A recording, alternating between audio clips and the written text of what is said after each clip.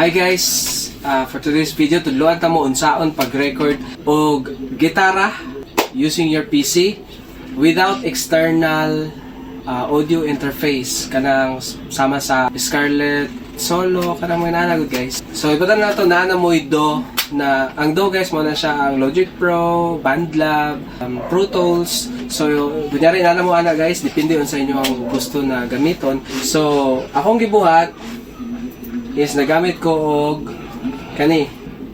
So akong gibuhat nagpalit ko ani para na ako'y audio jack port. Tapos gigamitan ako ani guys. Ang kani siya nano ni siya in ug out.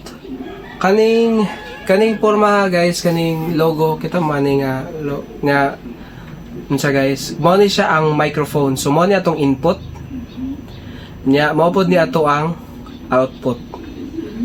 So dirita mo sa output, dirita mo connect sa ato ang mga speakers, headphone.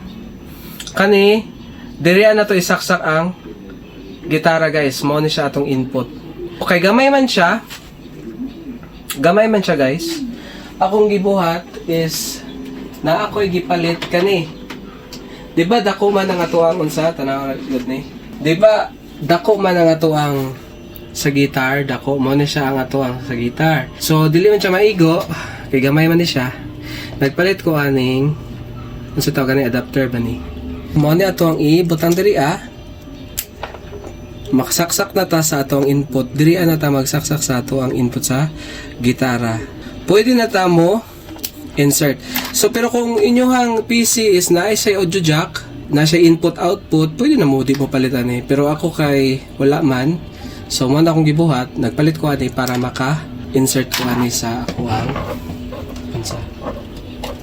So, kanipod, dili na to i-connect ato ang speaker. Okay. So, na tayo speaker. Okay. Mura gid na akong setup guys, wala ko'y external na audio interface. Kay mahal, wala tayo budget. So, mag-open na ta sa ato ang BandLab. Muna akong gamit, BandLab. So, tanawan nyo guys. So, pag ma-open na mo na siya guys, ang imbuhaton na ni, new project, empty project, magsugod na from scratch.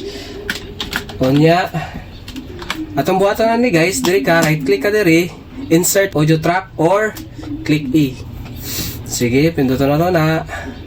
So, akong ginabuhat guys, usually gina-expand na ko na siya.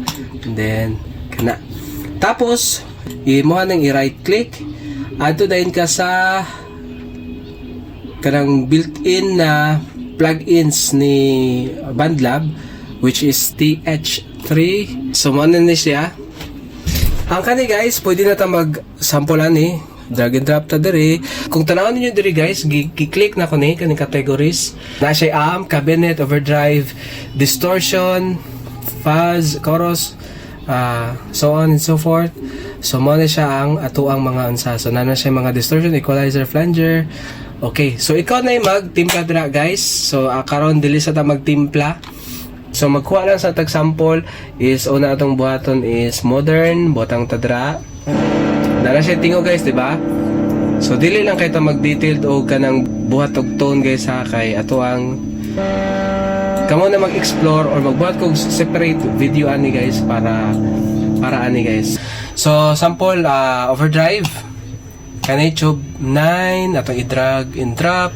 Kung makita nimo diri sa ubos guys, tanawa na siya ang overdrive tapos ang ato ang amp. So magdungag ta, butangan na to og cabinet sample lang guys, cabinet kani to na yung buhaton diri, butan na to dira. After sa amp, makita ninyo na ang cabinet. Tapos magbutang ta kuno high delay. Drag and drop na sad. So nanatay tulo ka buok. Atong sample.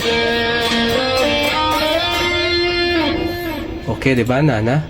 Dili na kaya nato ni siya i-detailed kayo. So mo na niya kung gusto niyo mag-mix na mo. Maka-mix mo ani guys ha. So kunyari diri atong unsa dili na kay ta mag-detailed sa og unsa. To na sa ning pahinayon ng amount ani.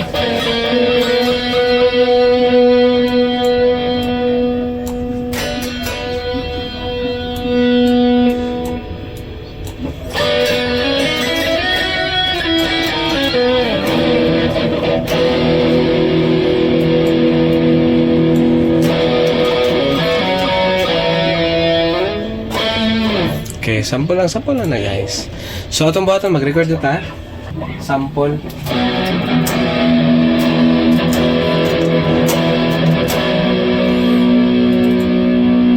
Ito lang sa nang i-opening delay kay Samok.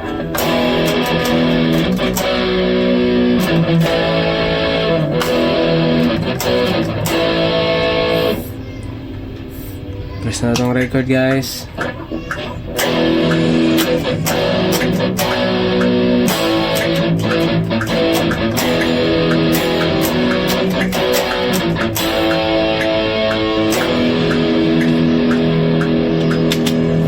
Muna siya sample guys. Tapos ato na ibuhaton ang kani, magatong i-duplicate lang nato ni guys. Pasabot parehas lang gyapon siya sa taas. So ato na ning i-off tanan. So kung unsa ang naa diri sa gibuhat na to nga una nga amp kani guys, gi-duplicate lang nato. So mo to yung gisundog diri sa boss. So unsa ang pag-duplicate, pinduton lang nimo ni i-right click tapos duplicate track. So naka-duplicate ni tamo na siya. So kunyari gusto ta mag-record og another para sa lead. So ayan na ni highlight dire ana lang. Tapos record na ta.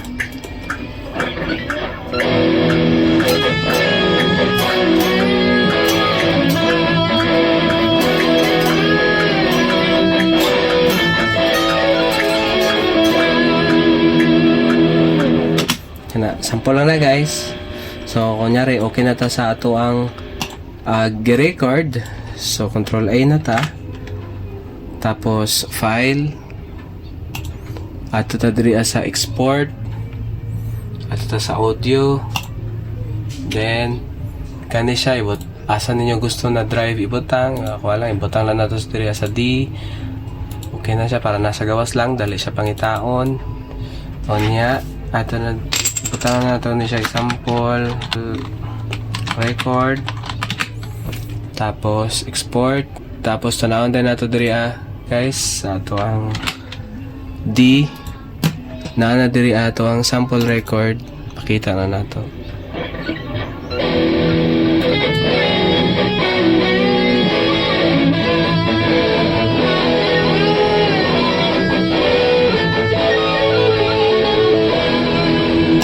Okay guys, so guys inyo nakita na lang kasayon mag-record og gitara sa Do. Depende yan sa inyo ang gamit. Logic Pro, BandLab, FL Studio, or Pro Tools. Depende sa inyo ha. Same lang na siya guys. Dato lang kasayon. So kung na may mga pangutana guys, comment lang sa ato ang comment section. Kaya ato lang tubagon sa sunod na itong video. Onya, kung gusto mo makabalo sa ako ang tone, unsa ang pagtimpla, ato lang ng buhatan ng separate na video guys. Yeah, thank you for watching. Bye bye.